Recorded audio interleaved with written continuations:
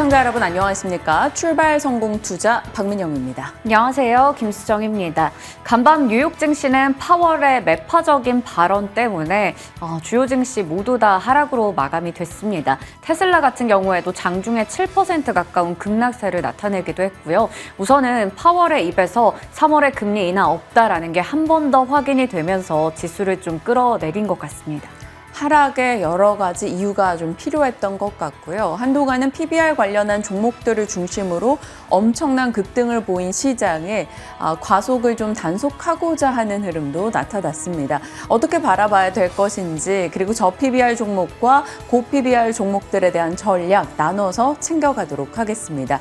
자, 어제 장이 어땠는지부터 시장의 이야기 같이 살펴보시죠. 어제 전해드렸던 내용 중에 외국인의 선물 수급 변동, 그로 인한 시장의 흔들림, 영향력이 너무 커져 있다라는 얘기 전해드렸었죠.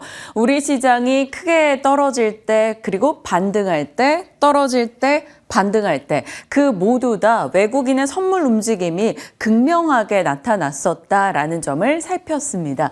대신증권의 의견에 빗대어 같이 소개를 해드렸었는데요. 어제 대신증권의 내용 전해드린 것은 이거였습니다.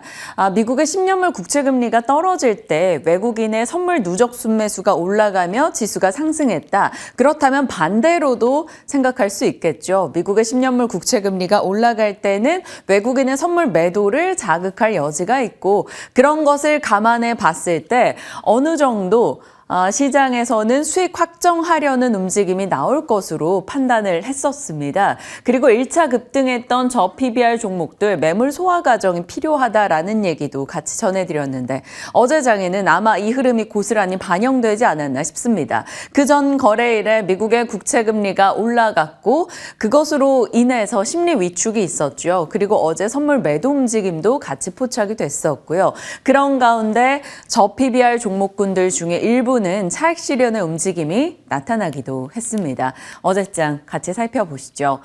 어제 양시장은 1% 미만이긴 합니다만 모두 다 하락한 채 거래 마쳤습니다.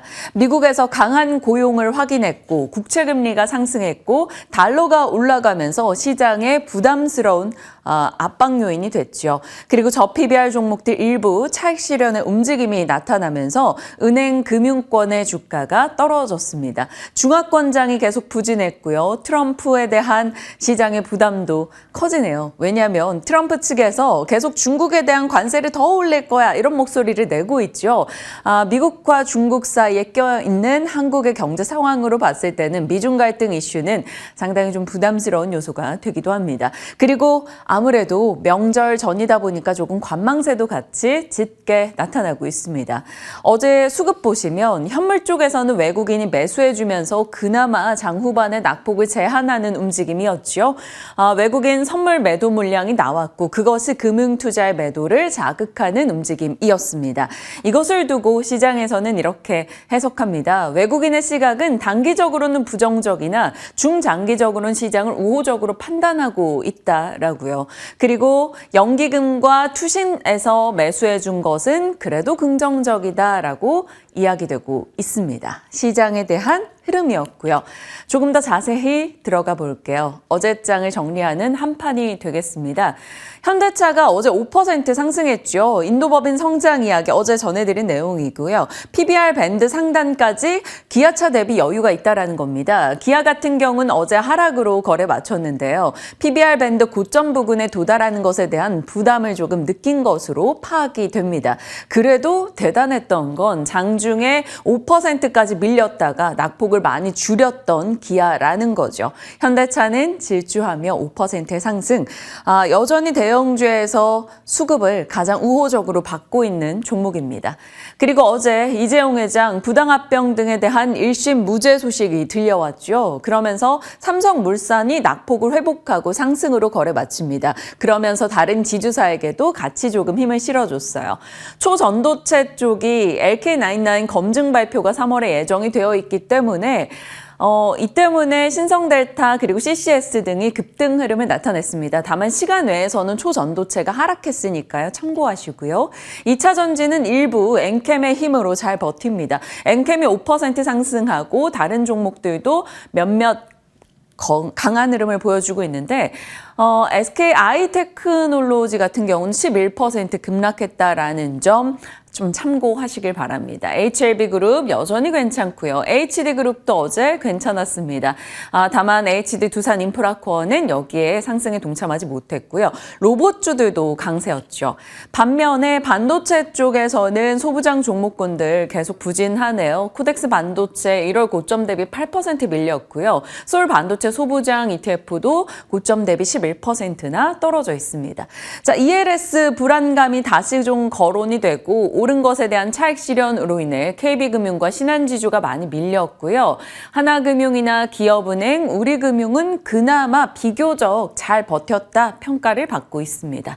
자, 어제 많이 떨어진 쪽에서는 운수창고 쪽 페노션 실적 부진에 하락했고 HMM 밀려났죠. 그리고 네이버 같은 경우도 차익 실현 물량 속에 좀 크게 밀리기도 했습니다. 어제 시장을 볼 수 있는 한판이었고요. 색깔이 다르죠. 노란색으로 들어와 있는 이 두 이슈에 대해서는 좀 더 자세히 봐야겠습니다. 현대차 쪽이요.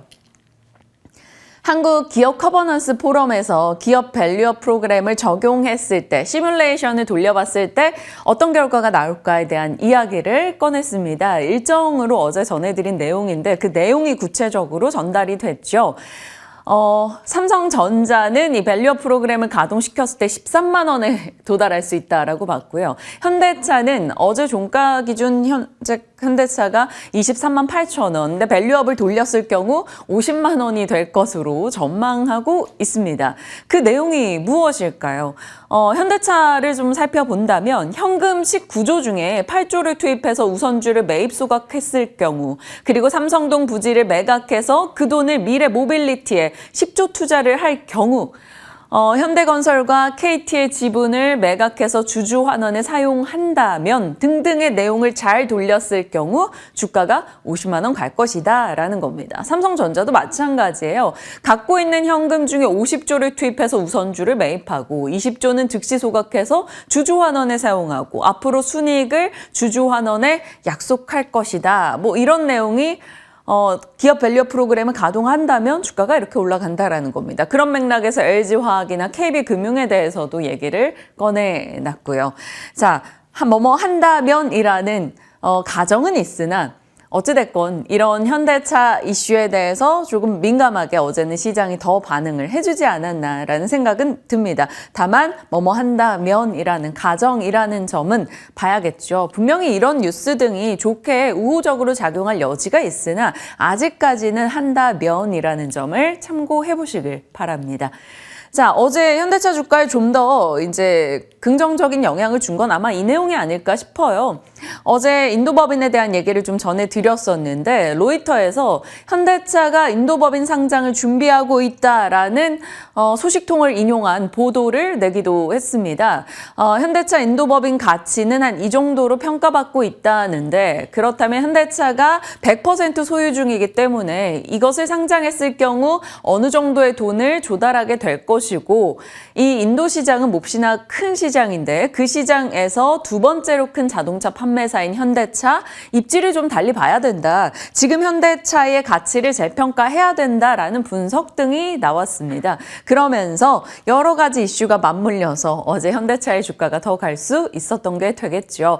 그렇다면 현대차 인도법인 이슈로 놓고 봤을 때 관심을 같이 받아갈 수 있는 부품주들 한 40여 개 부품사가 인도 시장에 같이 진출을 해 있는 상황입니다. 그래서 어느 쪽으로 관심을 받게 될진 모르겠으나 어제 모베이스 전자 등의 종목들 강세 흐름 같이 나타냈고요. 성우하이텍, 서현이와 어김없이 같이 거론이 되죠. 삼성증권에서는 인도 쪽에 비중이 높은 업체로는 화신과 서현이와 SR 등을 꼽기도 했습니다. 참고하시길 바랍니다. 어제 관련한 부품주들 같이 좋은 시세를 좀 내기도 했죠. 자, 앞서 첫 번째 이슈가 현대차 쪽이었고 두 번째 이슈는 삼성의 소식을 들여다보죠. 7년 만에 사법 리스크가 해소됐습니다. 삼성물산 부당합병과 회계부정 재판 1심 무죄 소식이 전달됐죠. 사법 족쇄로 그동안 신사업에 박차를 가하고 속도를 내지 못했었는데 이것이 풀릴 거야 라는 기대감이 등장하고 있습니다. 현금 실탄이 92조, 93조 정도 된다고 하죠. 이것을 어디에 쓸 것인가 시장은 계속 고민하고 있습니다. 시장은 희망 회로를 돌리고 있는 거죠.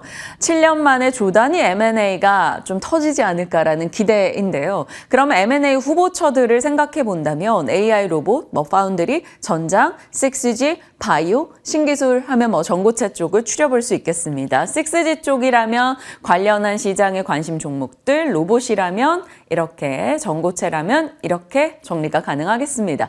어제 시장에서 로봇주가 올라간 것은 일부 기업의 호실적 영향도 있겠지만 이 삼성 이재용 회장의 무죄 소식이 아마 영향을 주지 않았을까라고도 추정이 가능합니다. 이런 식으로 쏟아지는 뉴스 속에서 무언가 연결고리를 찾아 나가고 있습니다. 자, 지금 어제 시장에서 명확하게 느낀 것은 현대차와 삼성 이슈도 있었으나 저 PBR 종목 내에서 일부의 차익 실현, 확실히 단기간에 급등한 저 PBR 종목군들에 대해 시장은 고민하고 있구나입니다. 이에 대해서 KB 하이난 연구원의 보고서를 다시 인용해 보겠습니다. 일본의 사례를 좀 빗댔는데요. 일본 프라임 마켓의 상승 국면과 조정 이후 패턴을 봤을 때 일본이 처음 정책 초기에 정책 발표한 직후에는 우리와 조금 동일하게 저 PBR 종목들이 일시적으로 급등을 보였었고 정책 발표 2개월까지는 저 PBR 기업들이 아웃퍼폼을 했었다. 그리고 정책 발표 2개월 후부터는 조금의 조정이 나왔고 저 PBR 기업들의 조정폭이 일부 굉장히 크게 나왔다라는 겁니다. 그러니까 무턱대고 저 PBR이라고 매수해서는 안 된다라는 것을 여기서 우리가 인지할 수 있는 거고요. 정책 발표 중후기의 반응을 봤을 때는 정책 발표 4개월 후부터는 저 PBR 기업 중심의 강세장이 재개됐다. 이걸로 봤을 때는 정책이 효과가 있었다라는 것을 생각해 볼 수 있는 거고요. 정책 발표 후 9개월 이후부터 지금까지로 봤을 때는 전반적인 조정의 시기를 겪고 나서 조정받았었던 고 PBR주가 다시 힘을 냈다라는 겁니다. 그렇기 때문에 고 PBR 종목들을 들고 있는 이들이라면 조금 시계를 길게 갖고 갈 경우 매도할 이유가 없다라고 코멘트하고 있고요. 중단기 투자자라면 저 PBR 종목으로 선제적 대응을 하고 나서 이후에 시장의 전반의 조정이 있을 때 조금 전략을 조정해보자라는 겁니다. 일본의 사례로 봤을 때는 전반의 조정을 거친 후에 고 PBR 종목들이 치고 나갔었기 때문인 거죠.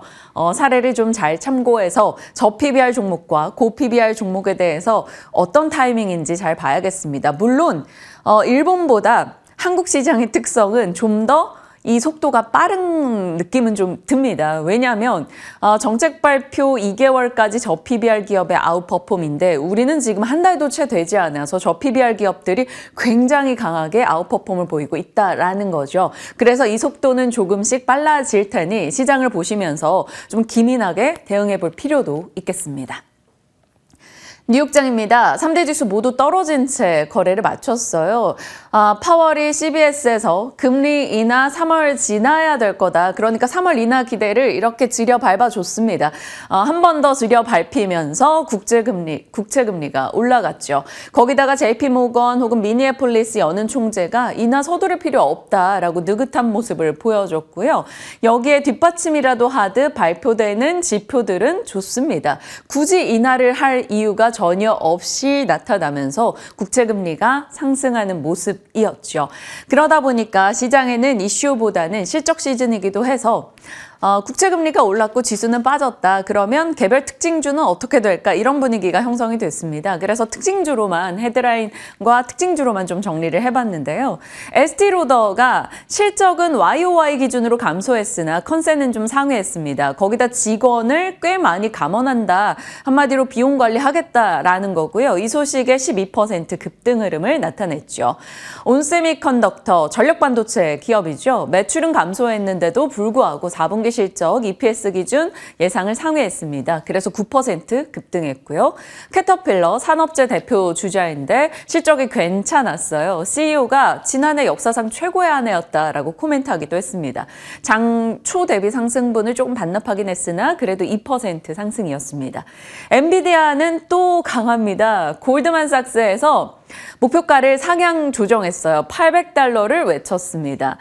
가속 컴퓨팅 수요가 계속해서 꾸준할 것이고 EPS 추정치를 22% 상향 조정했죠. 주가가 급등하면서 4.79%나 상승했네요. 엔비디아는 이렇게 승승장구하는데 보시다시피 테슬라는 또 빠졌습니다. 3.6% 떨어진 채 거래를 마쳤죠. 어제 주말 사이에 추가된 뉴스가 있습니다. 일론 머스크의 마약 파티 이야기 전해드렸었는데 마약 파티에 대한 우려감, 인도량이 점차 줄 것이다라는 우려감, 대규모 리콜 이슈까지 있었죠. 거기다 독일의 SAP가 테슬라 차 구매 안 할 거야. 뭐 가격이 들쭉날쭉하고 납기 기간이 잘 맞춰지지 않아. 이런 얘기를 꺼내놓은 것도 좀 부담이 됐습니다. 3% 넘게 밀려났네요.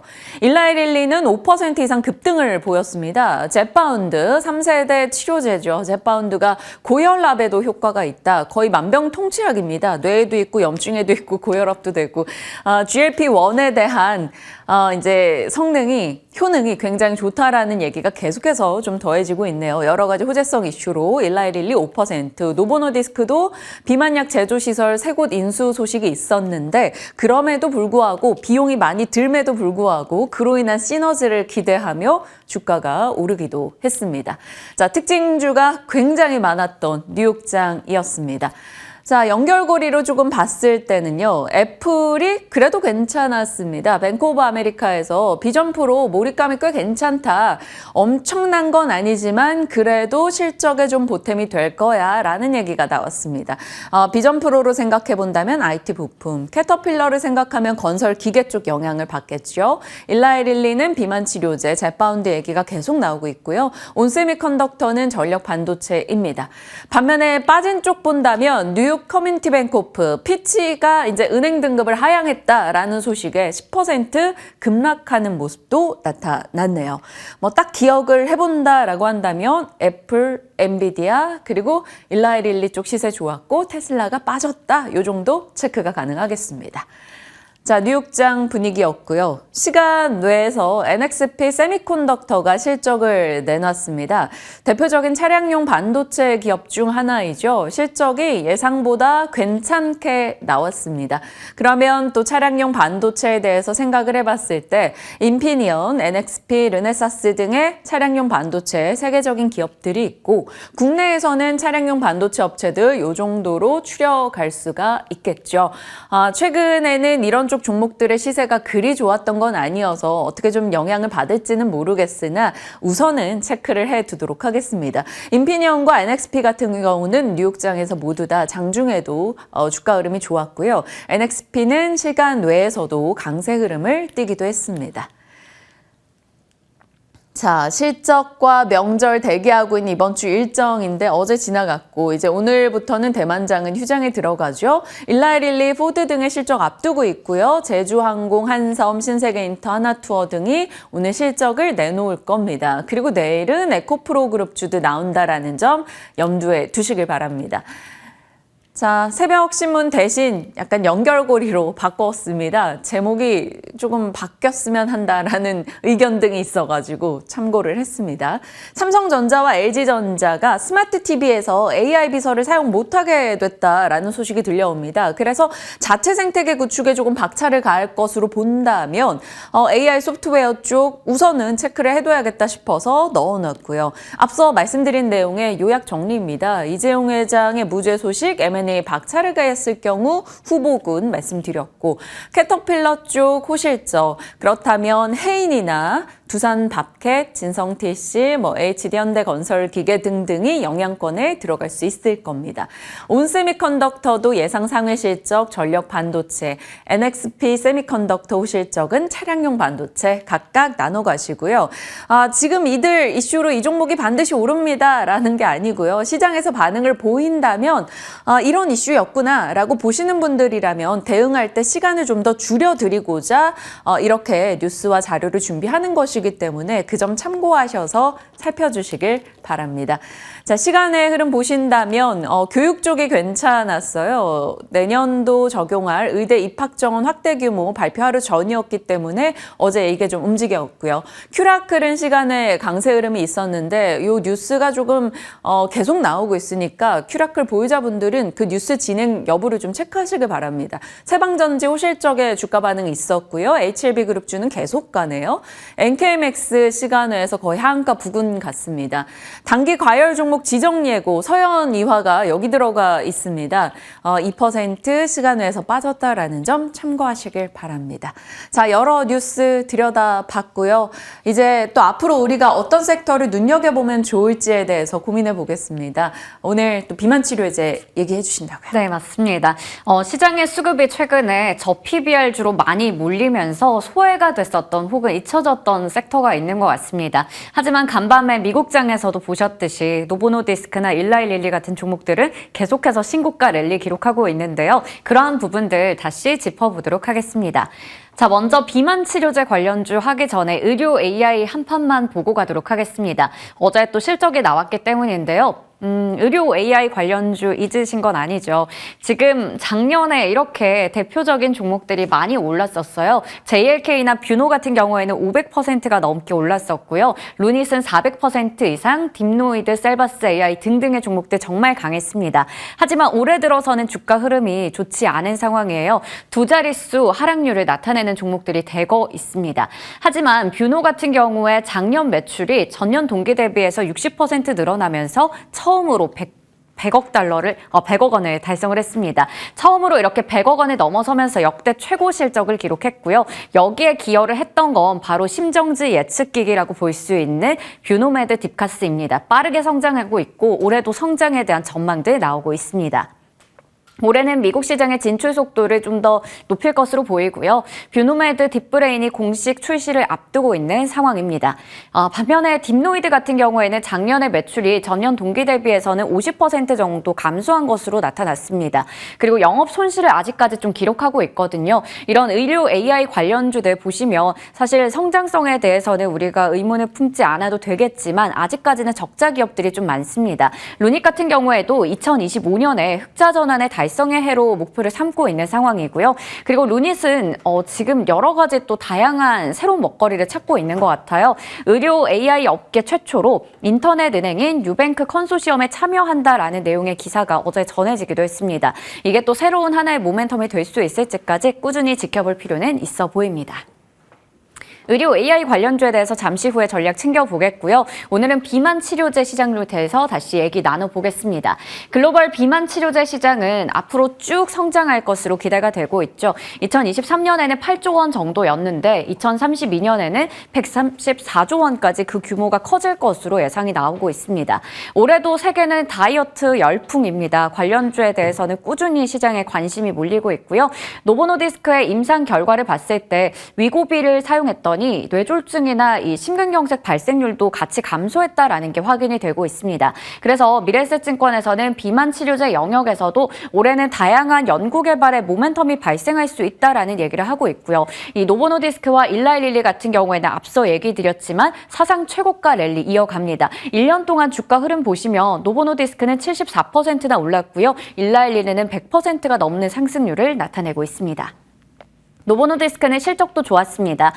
작년 4분기에 당뇨병이나 비만 관리 부문의 매출이 크게 늘어났는데요. 그중에서 대표 제품이죠. 위고비의 매출이 6조 원 이상을 기록했다고 하고요. 작년 9월부터는 유럽에서도 시가총액 1위를 잘 지키고 있는 상황입니다.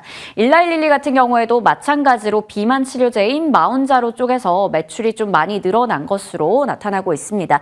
작년 3분기에는 2022년 3분기죠. 그때는 1억 달러 정도였던 매출이 작년 3분기에는 14억 달러까지 쑥 늘어난 것을 확인할 수 있고요. 최근에는 테슬라의 주가를 시총을 제끼고 이 세계 시총 9위에 등극했다라는 부분까지 확인하면서 역시나 시장에서 비만 치료제 관련주들 많이 주목받고 있다라는 게 확인되고 있습니다. 위고비라고 하면 테슬라 CEO 일론 머스크도 사용했던 비만약으로 좀 잘 알려져 있는 제품인데요. 이거 덕분에 노보노디스크의 시가총액이 크게 오른 거죠. 앞서 전해드렸던 내용입니다. 시가총액이 5천억 달러를 돌파했다라고 하는데요. 비만 치료제 위고비의 임상 시험 결과를 봤을 때도 참가자들의 평균 체중이 15%가량 감소했다고 합니다. 거기다가 당뇨병 치료제인 오젬픽도 굉장한 인기를 끌고 있죠. 미국에 이어서 유럽에서도 수요가 많이 늘어나고 있다고 해요. 이 노르웨이나 이런 쪽에서도 비만 약을 좀 사는 사람들이 많이 늘어나고 있습니다. 이에 힘입어서 작년에 유럽이나 중동의 매출이 크게 늘어났고요. 올해는 이러한 수요에 대응을 하기 위해서 65억 달러를 투자해서 생산량을 더 늘릴 계획이라고 합니다. 그리고 또 다른 기존의 비만 치료제라고 볼 수 있는 싹센다입니다. 작년에 미국 매출만 봤을 때 47억 달러로 전년 동기 대비해서 거의 200% 가까이 늘어난 수치를 확인할 수가 있습니다. 그리고 노보홀딩스 이 이슈도 앞서 민영 앵커 전해주셨는데요. 이렇게 지금 투자를 많이 해서 생산량을 더 늘릴 계획을 밝히고 있기 때문에 미국이나 이탈리아, 벨기에 공장 3곳을 인수했다라는 소식 전해졌고요. 세계 3대 CDMO 기업으로 꼽히는 캐털란트를 인수했다라는 소식까지 함께 전해졌습니다.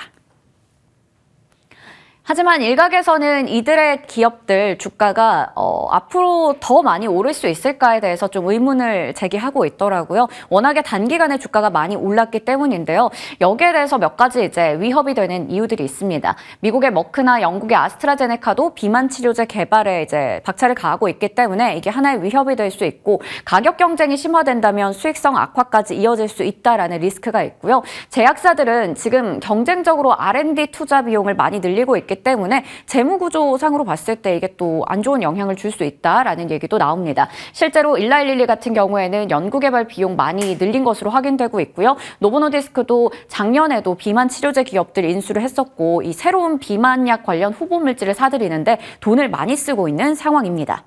노보노디스크의 올해 매출에 대해서 이 사측에서는 26%가량, 영업이익은 29% 정도 증가할 것으로 예상을 하고 있지만 지금 블룸버그 쪽에서는 호실적에 대한 기대감을 이미 미리 주가에 반영을 시켰었고 비만 치료제 시장의 경쟁이 심화되면서 가격이 압박을 받는다면 주가는 향후에 12개월 동안 3%가량 떨어질 수 있다라는 얘기를 하고 있습니다.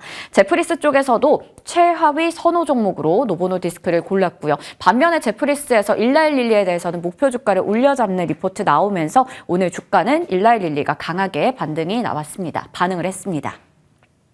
제2의 위고비를 꿈꾸는 국내 업체들도 많습니다. 비만 치료제 개발에 계속해서 속도를 높이고 있는 상황인데요. 대표적으로 한미약품 볼 수가 있겠죠. 자사 약품 투여 기술 플랫폼을 활용해서 일주일에 한 번 투약형 비만 치료제를 개발하고 있는 중입니다.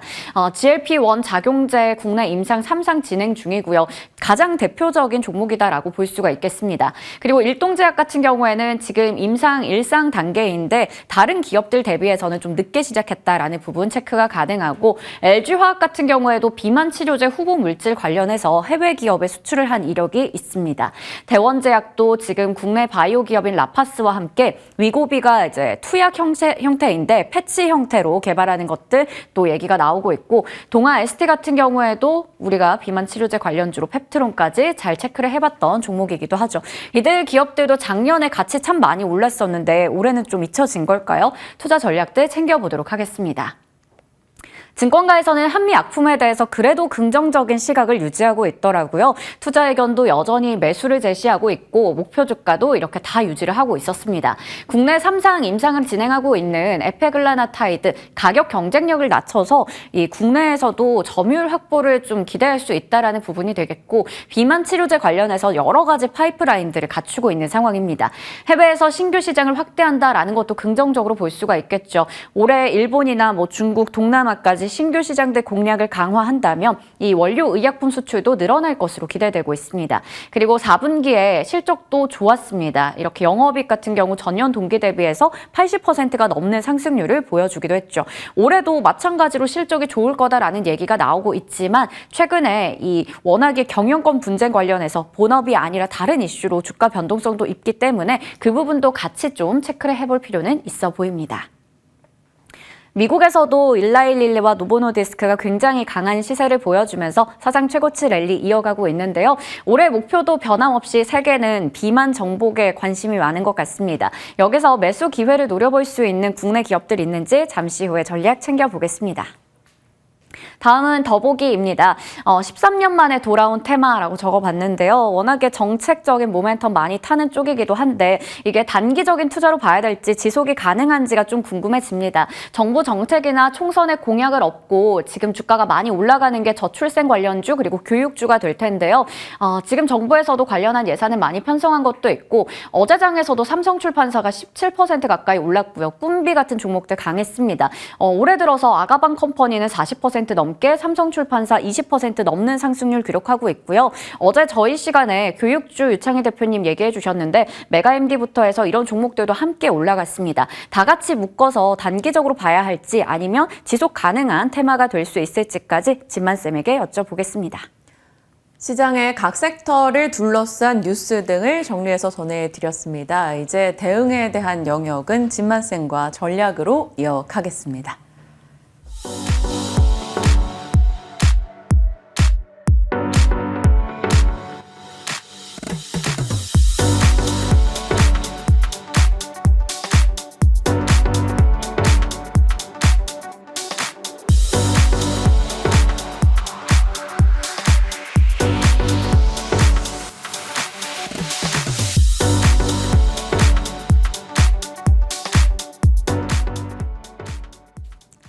시장에 대한 전략 진만쌤과 나눠봅니다. 어서 오세요. 네, 안녕하세요. 네.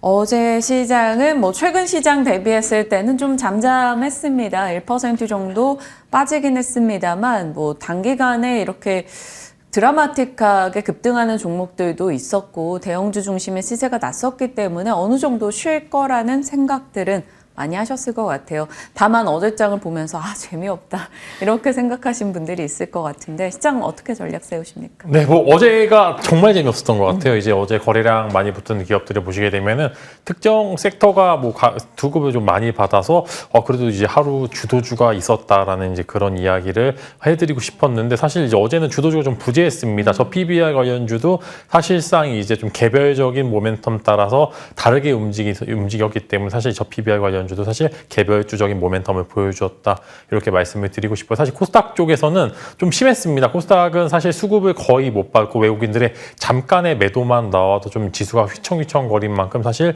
지금 기초 체력이 많이 부족했었던 부분들이 있고요. 코스피는 그래도 상대적으로 굉장히 견고한 부분들이 있지만 엄청난 수익을 동반되기는 좀 어려웠다라고 말씀을 드리면 사실 주식의 꽃은 당연히 1, 2% 상승보다는 10% 이상의 상승을 보여주어야지 조금 그래도 이제 좀 기대 수익 대비해서 훨씬 더 높은 수익률을 기대를 하는데 어제 같은 경우에는 전반적으로 좀 잠잠했었던 시장이다라고 좀 말씀을 드리면서 사실 이제 어제가 좀 핫했다라고 가정하면은 이제 화요일, 수요일 좀 연말 전에 어느 정도 강한 기대를 해봐도 될 만한 구간인데 사실 어제가 조금 재미없었기 때문에 사실 연휴 이전에 조금 이제 어느 정도 움직이는 기업들이 좀 적지 않을까 싶습니다. 그래서 연속성을 가져가지 못했다라는 점에서 어제장 같은 경우는 조금 더 많이 아쉬웠었던 부분들이 있는데 그래도 이제 그 안에서 여러 가지 좀 테마성 이슈라든지 현대차와 기아가 또 오랜만에 마의 구간을 계속 돌파를 하게 되면서 정말로 이제 제가 이 구간을 매번 돌파를 하는지에 대해서는 이제 유심의 눈초리를 매번 보여드렸던 것 같은데 그래도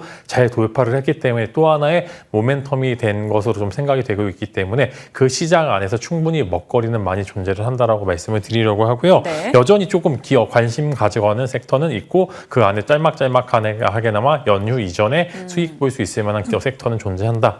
이렇게 좀 말씀을 드리도록 하겠습니다. 그러면 짤막하게 관심을 지금 둬도 되는 섹터와 지금 굳이 관심 둘 필요 없는 섹터를 살짝 구분해 주세요. 네, 어제 이 질문을 이 대본이 넘어왔을 때 이제 날카롭다 이렇게 생각이 했었는데 여러분들 명쾌한 답변을 드리려고 좀 준비를 했습니다. 먼저 자동차 관심주 같은 경우에는 아직 여전히 관심권에 좀 두셔야 될 것 같은데 저 PBR과 논의 없이 사실 이제 현대차와 기아가 매물 돌파가 나왔기 때문에 여기서 이제 급락만 나오지 않는다라고 하면 여전히 덜 오른 자동차 섹터 여전히 많기 때문에 일단 관심 가져보시면 좋을 것 같고 관심주는 일단 집만 스픽으로 말씀을 드리려고 합니다. 그래서 이제 여전히 자동차는 연휴 이전에 좀 관심을 여전히 가져봐도 될 만한 섹터 말씀을 드리려고 하고요. 그다음에 반도체입니다. 사실 반도체가 기대만큼 좀 못한 부분들이 많고 사실 엔비디아와 AMD가 계속적으로 좋은 모습들을 보여주고 있는데 반해서 사실 이제 한국 반도체 기업들 같은 경우에 4분기가 실적이 좋을 수밖에 없습니다. 반도체는 마찬가지로 계속적으로 투자가 집행되어야 되는 부분들이 있는데 아직 삼성전자와 SK하이닉스가 낸드와 디램 쪽에서는 여전히 좀 추가적인 투자를 좀 제한을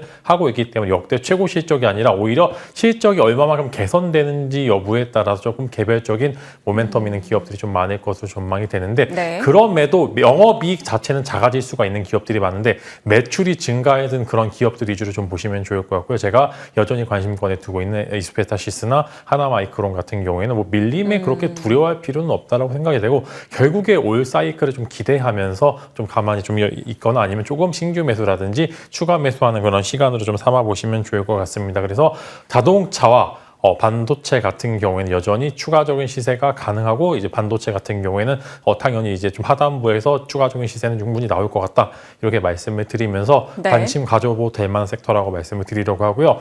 여전히 조금 이제 의심의 눈초리를 봐야 될 만한 섹터는 마찬가지로 2차 전지인데 이제 에버말이 신저가를 계속적으로 좀 나오고 있고요. 리튬이나 니켈 가격도 하단부 지지가 되는 척하다가 지금 조금 밀렸던 모습들이 보여주고 있기 때문에 사실상 2차 전지 같은 경우에 이렇게 코스닥이 단기적으로 반등이 강하게 나왔을 때 의외로 또 강한 모습들을 보여주는 만큼 제가 지금 여전히 예전부터 계속 말씀드렸었는데 코스닥 지수가 반등이 나왔을 때 2차 전지보다 반도체보다 2차 전지가 훨씬 더 이제 매력적인 부분들이 많기 때문에 2차 지수가 올라갈 것 같으면은 2차 전지 기업도 여전히 보시면 좋을 것 같은데 여전히 대세 상승하기에는 좀 제한적이다 이렇게 말씀을 드리려고 하는데 제가 좋아하는 엔캠이 계속적으로 좀 좋은 모습을 보여주고 있습니다. 여전히 지수 관계 외로 주가가 지금 거의 19만 원, 20만 원 직전까지 모습을 보여주고 있는데 네. 이렇게 되면은 마찬가지로 이제 전에 기업들이 엔캠이 이렇게 올라갔는데 그러면은 밑에서 위로 이제 키 맞추기 하는 기업들이 나올 수 있기 때문에 관련해서 이쪽 섹터만 일단 우선적으로 관심 가져보시면 좋을 것 같다 말씀을 드리려고 하고요. 전고체 이슈도 여전히 중간중간에 나올 수 있기 때문에 전고체 이슈까지만 2차 전지는 지켜보시면 좋을 것 같고 나중에 지켜보자라는 그런 말씀을 드리려고 하고요. 엔터 쪽도 말씀을 드리려고 하는 게 엔터 네. 조용조용히 많이 빠졌습니다. 여전히 이제 여러 가지 좀 단기성 악재들을 좀 벗어나지 못하는 모습들을 보여주고 있고요. 가장 무서운 게 뭐 실적 피크아웃이죠. 여전히 너네가 이 직전 연도의 실적만큼 뽑아낼 수 있다라는 그런 이제 의문이 좀 제시가 되는 부분들이 많기 때문에 엔터 쪽도 마찬가지로 여름 직전에 봄 정도까지만 조금 더 조정을 기다리게 된다라고 하면은 여기 구간에서 횡보한다라고 하면 이제 여름을 기다리면서 한번 여러분들이 관심 가져보시면 좋을 것 같지만 지금 당장은 제한된 상승을 보여줄 것 같다. 사실 이제 뭐 손대지 못하는 섹터라고 표현하기보다는 제한된 상승을 보여줄 것이다라는 그런 섹터로 대신하도록 하겠습니다. 네. 자동차와 반도체는 접근 가능. 그리고 2차 전지는 전액 쪽과 전고체를 제외하고는 일단은 좀 더 기다려보자. 엔터도 지금보다는 조금 추후를 기약하자. 이렇게 정리되겠습니다. 자, 다음 이슈는 이 비만 치료제에 대한 시장의 관심. 지난해부터 메가 트렌드였고 올해도 계속 될 것인가 시장은 궁금해하고 있습니다.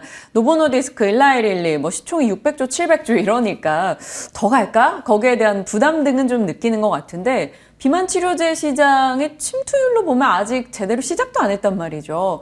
어떻게 대응해야 돼요? 네, 사실 이제 저도 안 맞아봤기 때문에 침투율은 이제 조금 더 저까지 맞게 되면 이제 그때 피크아웃을 논해도 될 것 같긴 하는데 일단 전반적으로 봤었을 때 시장의 사이즈는 큰데 사실 국내에 그렇게 큰 영향을 받기보다는 이게 외형적으로 성장할 수 있는 기업들이 좀 없었다라는 점에서 조금 이제 좀 제한된 상승을 보여주고 있고 사실 이제 요즘 사실 바이오 쪽 분위기 보시면은 개별주 모멘텀이 워낙 셉니다. 지금 뭐 다시 뭐 HAB 그룹도 그렇고 좋은 기업들도 나오고 좀 주가가 좀 가파르게 오르고 있는 기업들도 많은데 사실 실적 시즌이다 보니까 실적 이제 성장에 대한 기대감으로 조금 올랐었던 기업들은 사실 제한된 상승이나 혹은 이제 제한된 하락을 많이 보여주었던 부분들도 있고, 사실 4분기라는 게 1년의 농사를 마무리 짓는 시점에서 내년도 가이던스도 제시를 해야 되고 일회성 비용들도 많이 제시가 되어 있기 때문에 R&D 비용이 굉장히 많이 들 만한 그런 이제 바이오 기업들 같은 경우에는 적자가 지속이 되는 부분들로 인해서 사실 이제 또 3월에 상패 시즌이 있잖아요.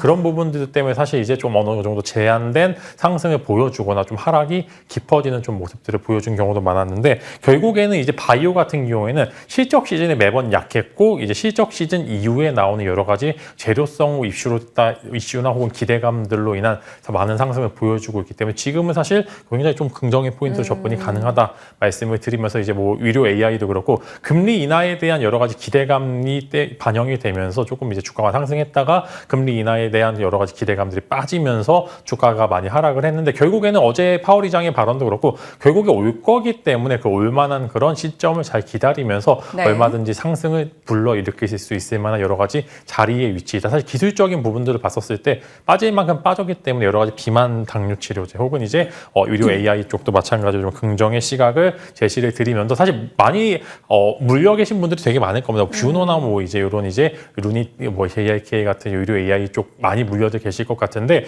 굳이 손절할 필요가 없다라고 말씀을 드립니다. 결국에 올만한 대세 상승을 보여주면서 결국에 주식은 또 그 손절하지 않으면 또 잃지 않은 거기 때문에 얼마든지 올라갈 수 있을 만한 여지가 많다라는 말씀 드리면서, 지금 또 이제 신규 매수하기 좋은 적기에 잘 포인트로 찝은 것 같습니다. 그래서 여러분들 여전히 비만 쪽으로는 이제 펩트론 계속적으로 말씀을 드리면서, 사실 펩트론 같은 경우에 좀 이제 자금 운용에 대한 여러 가지 좀 불확실성이 있긴 하지만 그럼에도 국내 좀 기술 수출에 대한 기대감이 여전히 있기 때문에 비만 쪽은 펩트론 말씀을 드리고 있고요. 의료 AI 쪽에서는 이제 뷰노죠. 그래도 이제 네. 실적 개선세가 잘 보이는 기업이기 때문에 한번 관심 가져보시면 좋을 것 같습니다. 뷰노와 펩트론 각 분야의 한 종목씩 일단 관심주로 거론을 해주셨습니다. 참고하시길 바랄게요. 저희도 시장에 대한 브리핑이나 전략을 이렇게 배치할 때 오르는 것에 대해서만 얘기하고자 하는 건 아니고요. 오르는 것과 지금 빠져있는 것에서 타이밍이 접근 가능한지에 대해서 늘 고민하고 있습니다.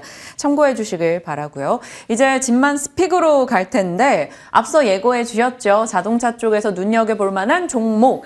현대차, 기아의 의미 있는 돌파, 그 아랫단에서 어디가 수혜를 받을까요? 네, 사실 자동차 부품주들이 워낙 많은데 사실 이제 현대차가 실적이 좋으면 좋을수록 오히려 부품주도 제가 계속 말씀드렸던 것처럼 좀 영업이익이 오히려 안 좋아지는 좀 종속되는 모습들을 많이 보여주면서 네. 이런 부분들이 좀 제한된 상승을 보여주었는데, 일단 실적 시즌이 마무리가 되면서 마찬가지로 이제 밸류업 프로그램 뭐 여러 가지 이슈에 따른 현대차, 기아의 주가 상승에 대한 수혜 한번 이제 부품주들이 받아갈 것으로 전망이 되는데, 오늘 두 가지 종목을 말씀을 드리려고 합니다. 우신 시스템과 MS 오토텍 말씀을 좀 드리려고 하는데, 우신 시스템은 좀 생소한 종목이죠. 안전벨트 관련해서 이제 조금 이제 좀 제조를 하는 이제 그런 기업인데, 의외로 또 이제 매출도 잘 나오고 영업이익도 잘 나오는 부분들이 있는데, 이제 글로벌 업체들 중에 하나가 좀 이제 좀 안 좋은 이슈로 인해 좀 튕긴 부분들이 있기 때문에 한번 우신 시스템을 좀 우선적으로 먼저 관심을 좀 드리려고 하고요. 네. MS 오토텍은 좀 인도 쪽에 좀 강자라고 좀 말씀을 드리면서, 인도 쪽 법인 현대차와 상장을 하게 되면 좀 직수혜를 받을 것으로 전망이 되고 있기 때문에 MS 오토텍까지 두 종목, 이제 우신 시스템과 MS 오토텍 두 종목을 말씀을 드리면서, 현대차, 기아의 돌파 이후에 추가적인 시세화가 나오게 된다라고 하면은 하단부에 있는 부품사들 한번 정도 추가적으로 관심 가져보시면 좋을 것 같습니다. 우신 시스템과 MS 오토텍 생소하지만 큰형들을 따라서 좀 갈만한 종목으로 얘기 주셨으니까 저희 관심 두고 체크해 가도록 하겠습니다. 언제나 쏟아지는 질문에 차분하게 답변 주시는 진만쌤, 오늘 여기서 인사 나누겠습니다. 고맙습니다.